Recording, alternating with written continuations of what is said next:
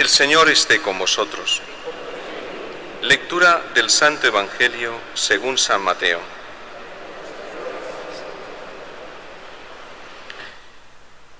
Después de que la gente se hubo saciado, Jesús apremió a sus discípulos a que subieran a la barca y se le adelantaran a la otra orilla, mientras él despedía a la gente. Y después de despedir a la gente, subió al monte a solas para orar. Llegada la noche, estaba allí solo. Mientras tanto, la barca iba ya muy lejos de tierra, sacudida por las olas, porque el viento era contrario. A la cuarta vela de la noche se les acercó Jesús andando sobre el mar. Los discípulos, viéndole andar sobre el agua, se asustaron y gritaron de miedo, diciendo que era un fantasma. Jesús les dijo enseguida: «Ánimo, soy yo, no tengáis miedo». Pedro le contestó: «Señor, si eres tú, mándame ir a ti sobre el agua». Él le dijo: «Ven». Pedro bajó de la barca y echó a andar sobre el agua, acercándose a Jesús. Pero al sentir la fuerza del viento, le entró miedo. Empezó a hundirse y gritó: «Señor, sálvame». Enseguida Jesús extendió la mano, lo agarró y le dijo: «Hombre de poca fe, ¿por qué has dudado?». En cuanto subieron a la barca, amainó el viento. Los de la barca se postraron ante él, diciendo: «Realmente eres Hijo de Dios». Palabra del Señor.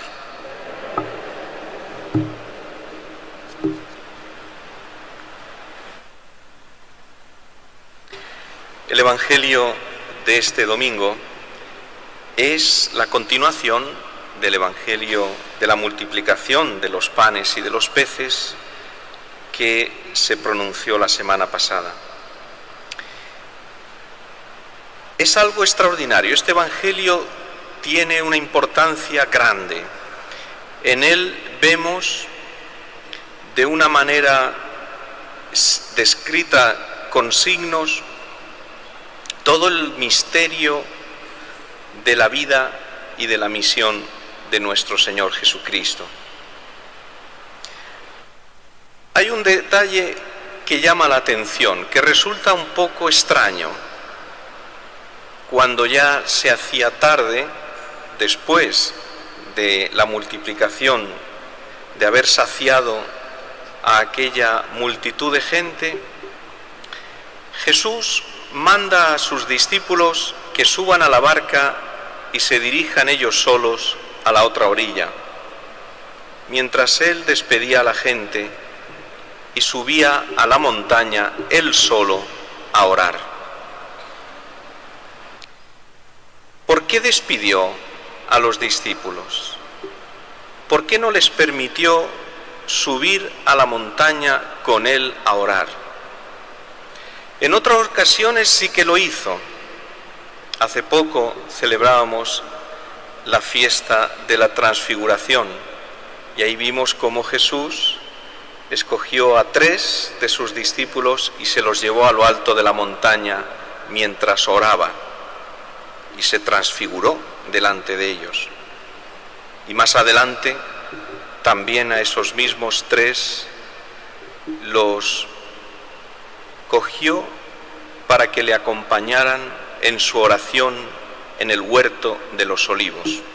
Él se adelantó un poco más, pero allí estaban sus discípulos. «Velad conmigo», les dijo. En cambio, aquí no se lo permite. ¿Por qué?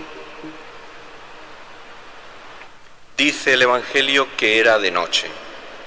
En la Biblia, la noche es el tiempo del pecado, de la oscuridad, de la ausencia de Dios, de la muerte. Y Jesús despide a la gente, porque Jesús está dispuesto a entregar su vida por nosotros, a atravesar mediante la pasión y su muerte en la cruz las puertas de la muerte, porque Jesús se dispone a pasar de este mundo al Padre. Y entonces, después de haber terminado su jornada, su misión en la tierra, después de haber alimentado a aquella multitud, convirtiéndose él mismo en pan de vida, después de haber curado a los enfermos, Jesús se dispone a subir la montaña donde está Dios. Regresa al Padre, se dirige al lugar de donde vino. Es la prefiguración de la pasión, muerte y resurrección de Cristo. Despide a la multitud después de haberles entregado el pan de vida y sube a la montaña al lugar de Dios. Y los discípulos no le podían acompañar entonces. Podemos imaginarnos a Pedro una vez más que le dice: Señor, ¿por qué no puedo ir contigo? Estoy dispuesto a dar mi vida por ti. Es lo mismo que le dijo en la última cena. Y Jesús le dijo: tú no lo comprendes ahora, me seguirás más tarde. Y Pedro insistía, y entonces Jesús le anunció que le iba a negar 3 veces.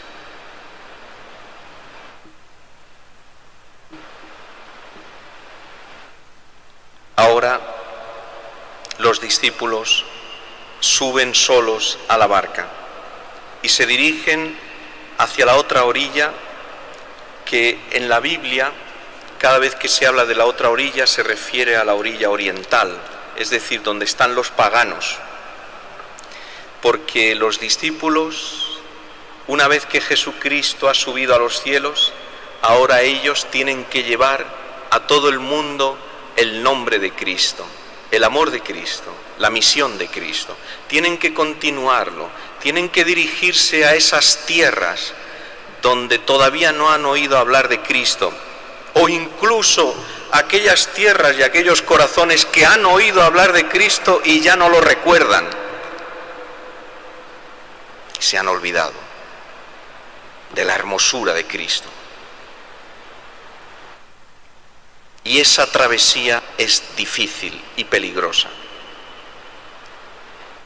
Pero Jesús viene en mitad de la noche, cuando más arrecia la tormenta, cuando parece que la barca está a punto de hundirse, caminando sobre las aguas.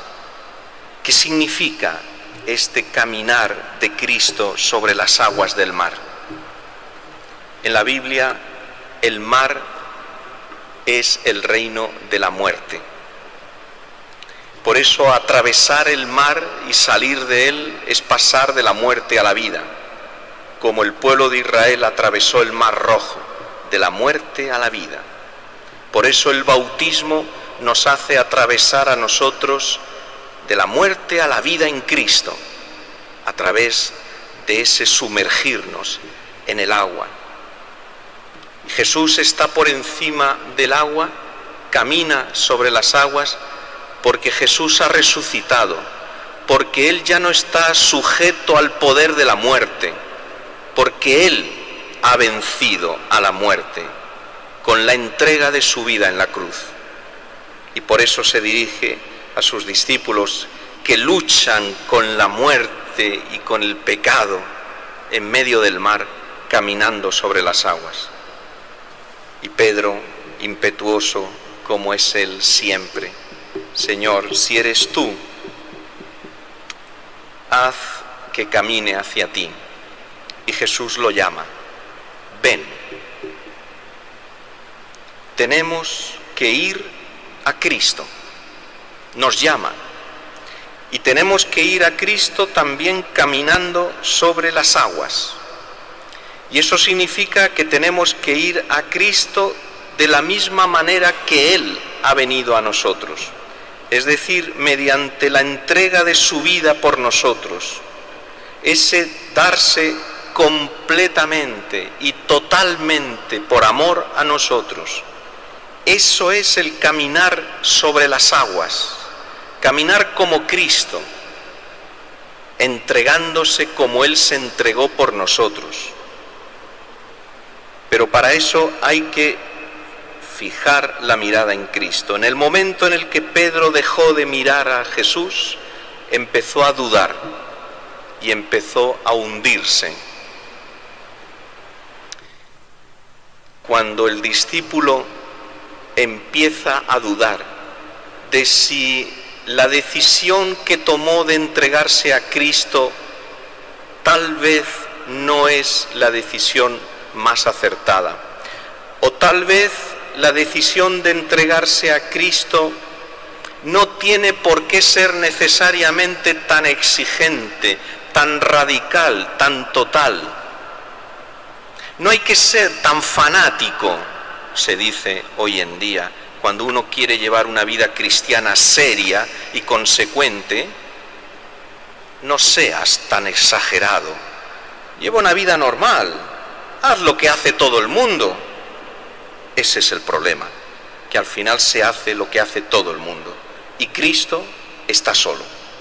Y los discípulos de Cristo, en vez de mirar a Jesús, empiezan a hundirse, porque dudan de que la vida de Cristo sea la vida auténtica, de que entregarse totalmente a Cristo sea la cosa acertada, sea la cosa justa, sea lo que es el Señor nos ha pedido.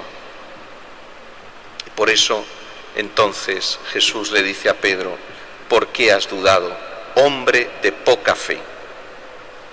Esto es lo que se necesita hoy y siempre, no porque hoy la situación sea más difícil que en otras épocas, Hoy y siempre se necesita fe, y se necesita vivir de fe, es decir, creérselo y entregar la vida por lo que creemos, por amor de Cristo. Solamente así, también nosotros caminaremos sobre las aguas y llegaremos a la montaña donde está esperándonos Dios Padre.